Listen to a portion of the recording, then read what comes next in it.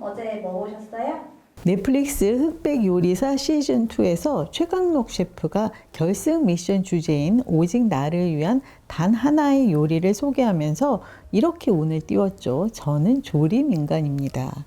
최강록 셰프 나름의 농담이었을 건데요. 시즌1에서 비빔밥을 인생 요리로 내세운 에드워드 리 셰프가 저는 비빔 인간입니다 라고 했던 바로 그 장면을 패러디한 거예요. 한국인도 미국인도 아닌 채 살아야 했던 그 자신의 정체성을 토로한 말이었죠. 그런데 워낙 긴장감 넘치는 순간이다 보니까 심사위원들이 그 뜻을 눈치채지 못하더라고요. 그러니까 웃어야 할 타이밍인데 웃지 않았거든요. 이 장면을 편집하면서 제작진이 고민이 많았지 싶어요. 이게 패러디라는 걸 시청자에게 알려주고 싶지 않겠어요? 알아챌 사람은 알아채겠지만 모르는 사람은 그냥 지나칠 장면이었잖아요. 에드워드 리의 과거 영상과 교차 편집하고 센스 넘치는 자막을 얹어서 감동과 재미를 배가시키고 싶은 유혹. 그게 아마 일반적인 예능 작법이겠죠. 오, 이건 호재다. 신이 나서 달려들 수도 있었을 텐데. 그런데 흑백 요리사 제작진은 그러지 않았습니다. 최강록 셰프의 진심에 시청자가 오롯이 집중할 수 있게끔 곁가지를 과감히 쳐냈어요. 시청자의 눈높이가 이미 높아졌다는 걸 믿고 있는 거죠. 오디션 경연 프로그램은 두 번째 시즌이 더 잘 되기가 쉽지 않습니다. 흑백 요리사 시즌2도 사실 물음표였잖아요. 계약 문제도 있고 해서 그 논란의 백종원 씨를 안고 가야 하는 부담도 컸을 텐데요. 결론적으로 시즌1을 뛰어넘는 성과를 냈습니다. 이 성공의 배경에는 대중이 무엇을 원하는지, 무엇을 보고 싶어 하는지, 무엇을 마뜩지 않아 하는지 대중의 의중을 제대로 읽어낸 제작진의 현명함이 있었어요. 자신들이 보여주고 싶은 것을 밀어붙이기보다는 대중이 원하는 방향을 선택한 거죠. 예를 들면 인플루언서들이 요리를 평가하는 장면을 없앴고 팀 패배 시에 탈락자를 팀원들의 투표로 정하게 하는 소모적인 장치도 없앴고요. 대신에 개인의 서사와 요리 실력을 더 부각시켜서 공감을 끌어냈어요. 넷플릭스가 돈이 많잖아. 자본만 넉넉하면 누가 그렇게 못 만드냐? 이런 소리도 들리더라고요. 과연 그럴까요? 흑백 요리사 연출 김학민, 김은지, 작가 모은설, 이 이름을 여러분이 기억해 주시면 좋겠습니다. 제가 자주 말씀을 드려요. 예능 보실 때 출연자 너머에 그 제작진을 보시라고요. 드라마만 감독, 작가가 중요한 게 아니에요. 재료를 어떻게 고르고 어떻게 조리하느냐에 따라서 결과가 완전히 달라지잖아요. 결국 요리사가 재료를 선택하는 거라서 잘 되거나 잘 못 되거나 모든 결과는 다 제작진의 몫입니다.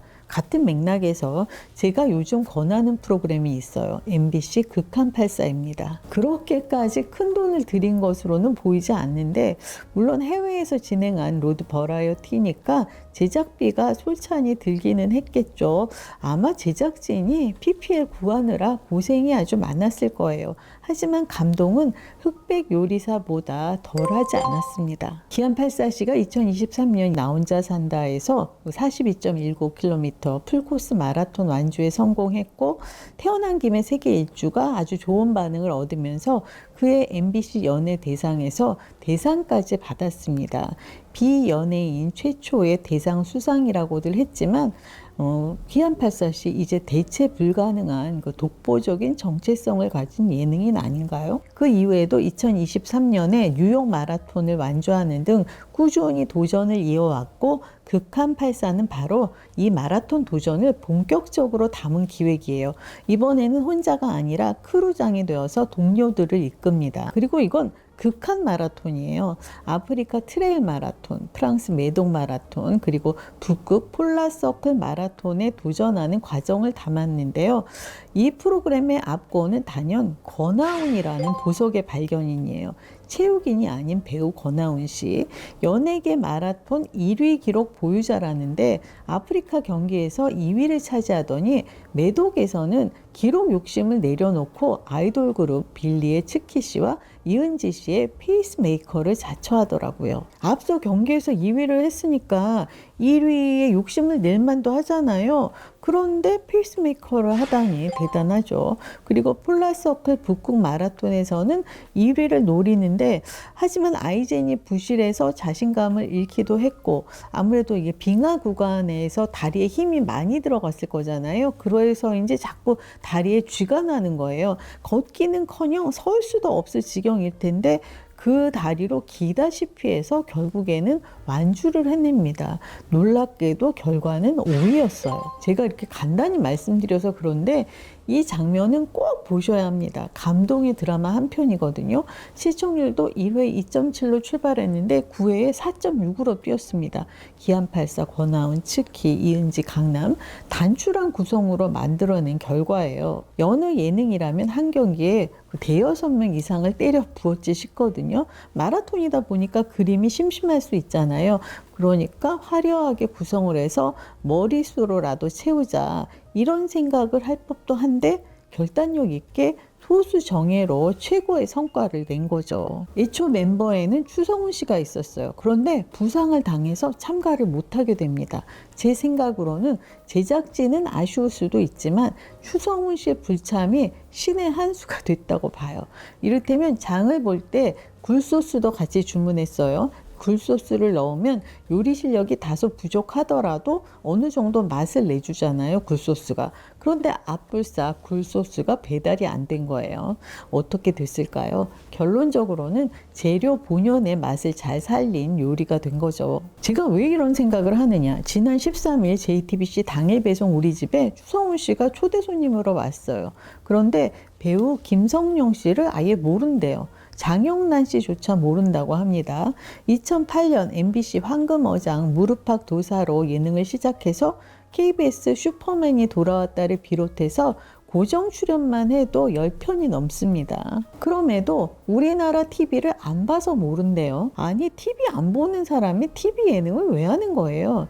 TV를 안 보면 흐름을 모르잖아요. 어쨌든 추성훈 씨가 예정대로 극한84에 합류를 했다면 추성훈 씨가 어려워할 만한 사람이 거기 없기 때문에 판도가 달라지지 않았을까요? 특유의 추진력 덕에 더 나은 결과가 나왔을 수도 있겠죠. 하지만 그게 대중이 원하는 그림이었을지는 의문입니다. 스튜디오 멤버도 기안84, 유세윤, 이은지, 곽범 단출합니다.